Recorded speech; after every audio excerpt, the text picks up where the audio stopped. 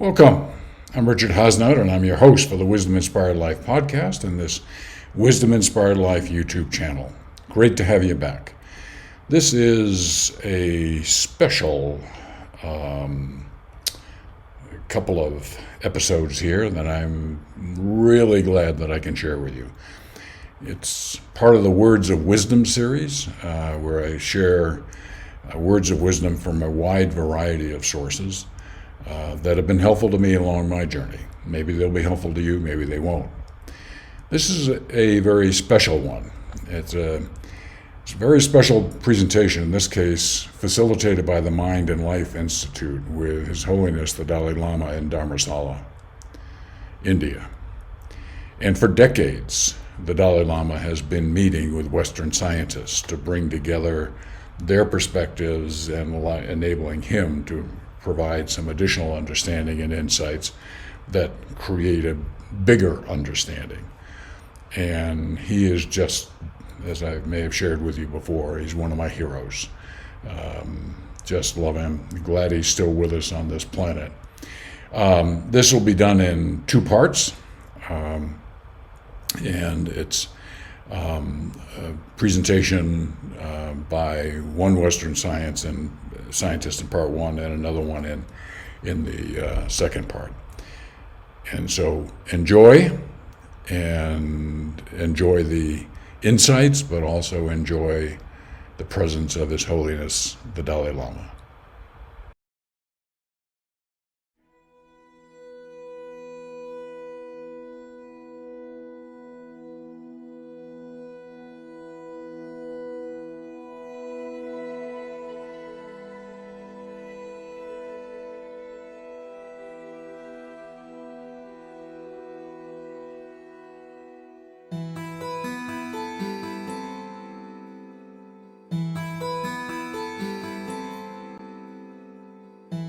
Buddha himself, you see, oh my follower, monks, scholars, should not accept my teaching out of faith, but rather thorough investigation and experiment.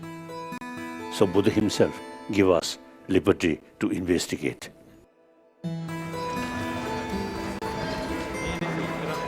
Welcome to Dharamsala. Thank you so much. Thank you. Never been to India before, and so it's been quite the experience.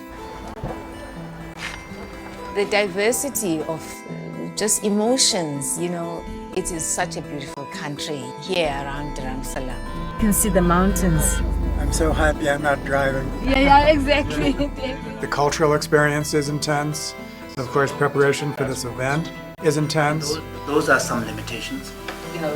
How do you feel it? Yeah. Or what do you choose to focus on? Something new comes up, we can go in that direction. And part of my preparation has been to do quite a lot of reading. So as I'm actually here, it's an immersion in Tibetan religious culture and all its richness, the prayer wheels, the prayer flags, the monks. So I have the entire history of Tibet and Tibetan Buddhism in my mind.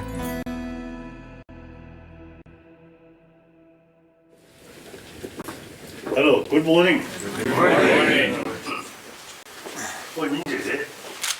So I've known His Holiness for 27 years and have presented scientific work and done various dialogues with him many, many times.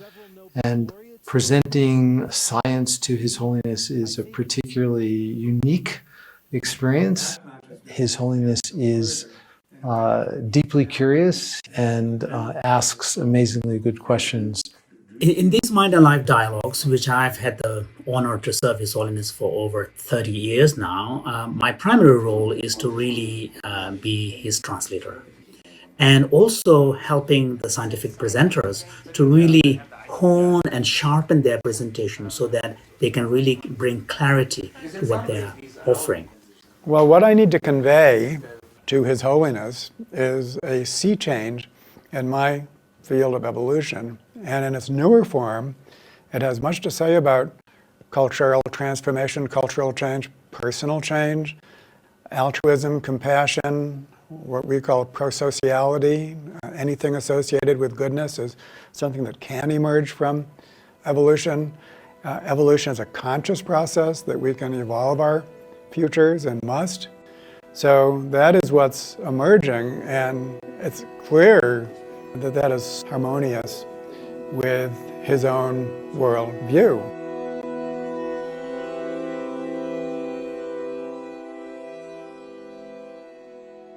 Good morning, Your Holiness. Mind and Life is so happy to be back with you, and we're grateful and humble to be here in your home again. So today, this morning, the overall theme is compassion, interconnection, and transformation. And this theme is really central to Mind and Life's work right now. Pretty much all of our programs and the grants that we're giving are lifting up this theme of interconnection and societal transformation. So we're going to deepen that during our time together here. And the speaker this morning is David Sloan Wilson. And David is a very esteemed evolutionary biologist. And he's a famous contributor to the foundational knowledge of evolutionary science. And going beyond genetic evolution to looking at cultural evolution. And his perspective on evolution gives us a hopeful perspective for the human species and the planet. So I'd love to ask David to begin and just share your work and your perspective. Well, it is such a pleasure, of course, to be talking with you. Now, I am a scientist who studies evolution, a theory so simple that it can be described in 3 words. Variation, just about everything that you can measure in an organism varies. Selection, these differences often make a difference in terms of survival and reproduction. And replication, the fact that most organisms pass on their traits to their offspring.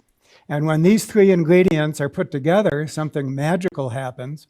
Organisms become a kind of a malleable clay that gets shaped by their environments. Those traits that increase survival and reproduction become more common, and so the organisms become well adapted to their environment. And so this simple theory can be used to explain all aspects of life, basically. So simple and yet so powerful. Now, when I was a student 50 years ago, evolutionary theory was thought to lead to the following conclusions. First, it was limited to the study of genetic evolution. And cultural change, personal transformation.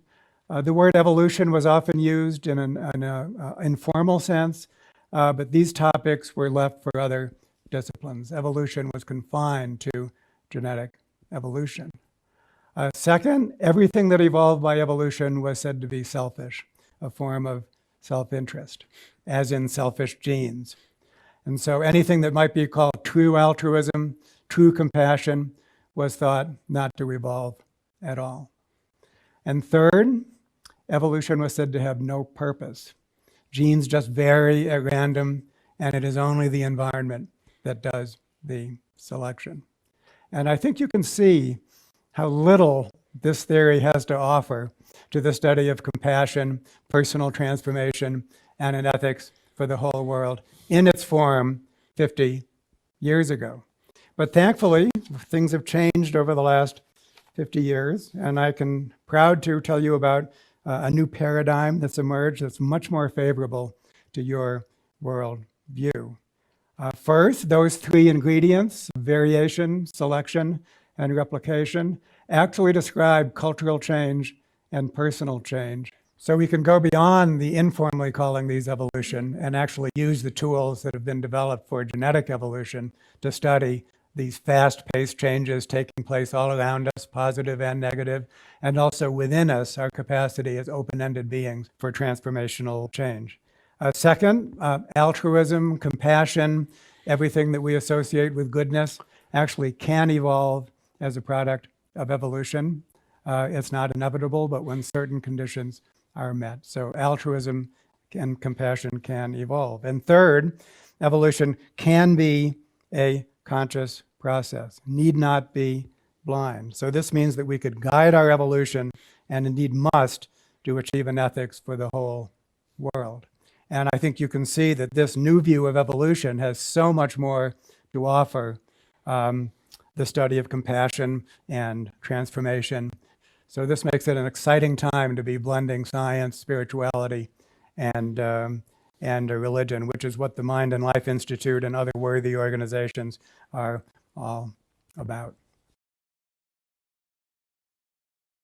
Now, believe it or not, some of these points could be made less abstract by two experiments that have been done on chickens. So chickens, as you know, are a domesticated species, and that means that some of their properties have been selected by us, not by nature.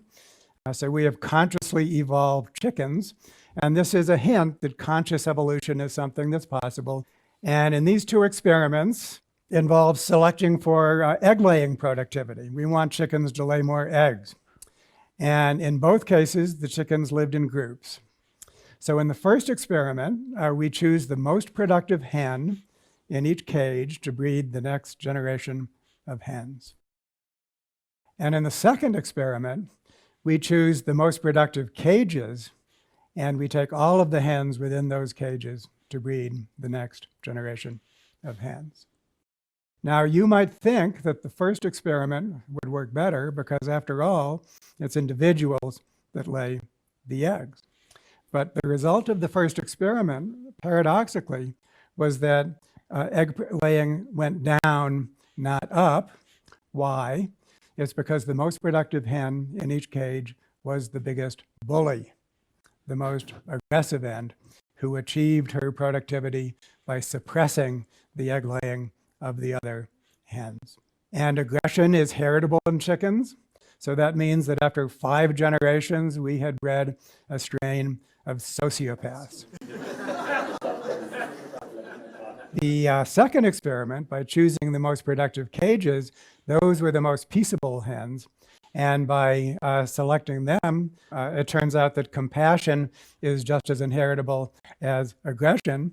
And so after 5 generations, we had produced a strain of compassionate hens who helped each other lay eggs. And in 5 generations, we had a strain of hens that were on the path to enlightenment. So another insight is that selection at the smallest scale between individuals within a single group favors destructive selfishness. And this is because natural selection is based on relative fitness. It doesn't matter how well you survive and reproduce in absolute terms, only that you do so better than the other individuals in your vicinity. So natural selection operating at the smallest scale actually produces social pathologies. The suffering that we inflict on each other is actually a product of evolution operating at this small scale. So you might say that's the bad news. The good news is that if we go up a little bit and we look at natural selection of groups doing better than other groups, then we find evolution favoring cooperation, altruism, in all of its forms, at least within members of those groups.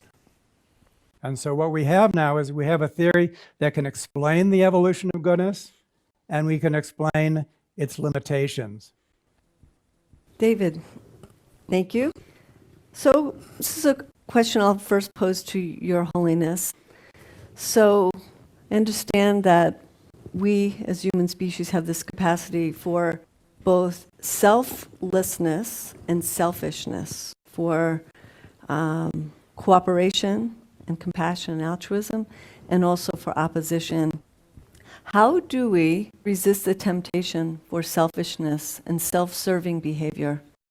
So I think human nature, we are, as some scientists say, we are social animals. So individual survival entirely depends on the community. So taking care about community is ultimately taking care of yourself. Then actually, the very basis of your survival, your happiness, that is in Jimitamro. So it's like you are ignoring it. You're neglecting it.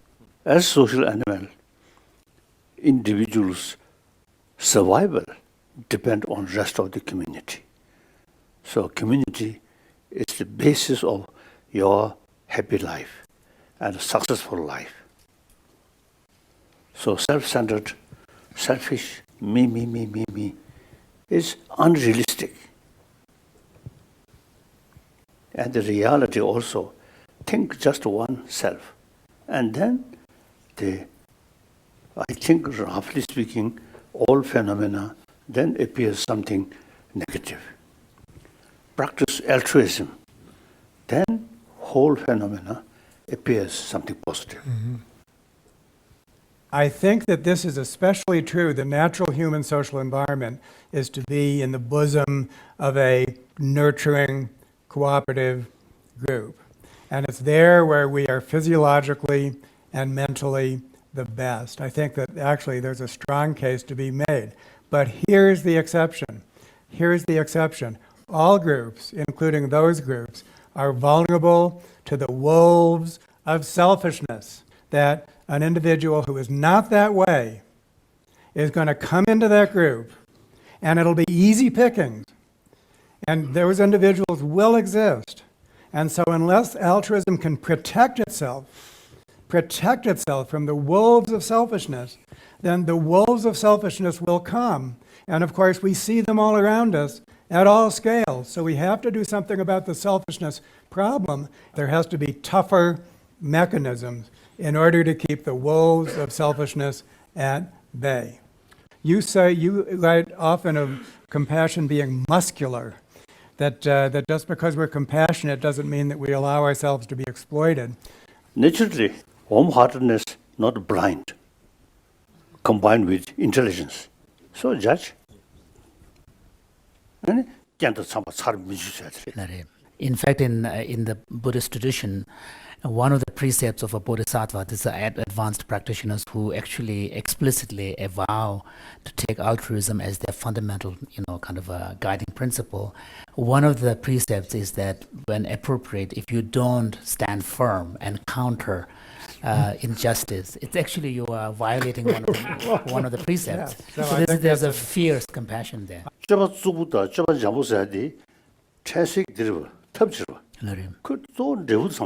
So, for example, like when we talk at the behavioral level, what seems harsh versus what seems gentle is really, we're speaking purely at the appearance level. Whether to characterize a behavior altruistic or not has to be based upon what the underlying motivation is and what the objective is. Yes.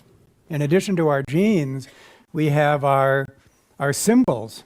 We have our meaning systems. And our meaning systems have as much of an influence on our behavior as our genes.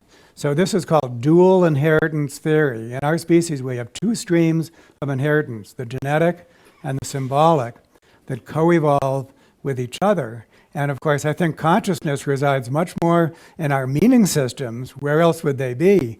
Our religions or our secular meaning systems, all of us have a dense system of symbols inside our head, which is influencing how we behave at least as much as our genes, and which, of course, themselves evolve in great diversity and can be managed so we could actually guide the evolution of our meaning systems, which is what we need to do. Usually I tell it to people, all major religious traditions, all are creation of human being. So all religion, you see, carry teaching of best quality of human being. That's love. So all major religious tradition, you see, teach us loving kindness. And for that, utilize different philosophy according to existing circumstances or cultural heritage. So that's okay. But all different philosophical views, same goal. Promote human love, compassion. Yes.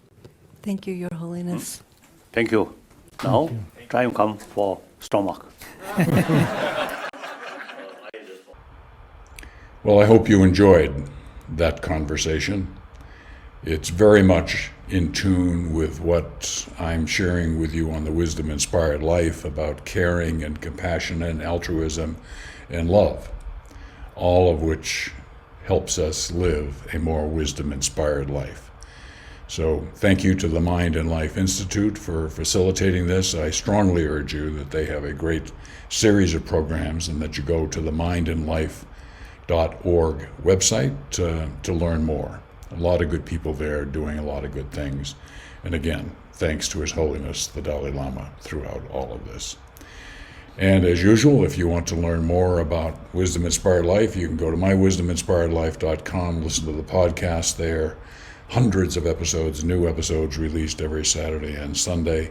And of course, you can always listen to them on Apple or Google Play or Spotify or wherever you watch them. Well, as you know, I'm on a journey, and I greatly appreciate you being part of that journey today. And I look forward to continuing this journey with you.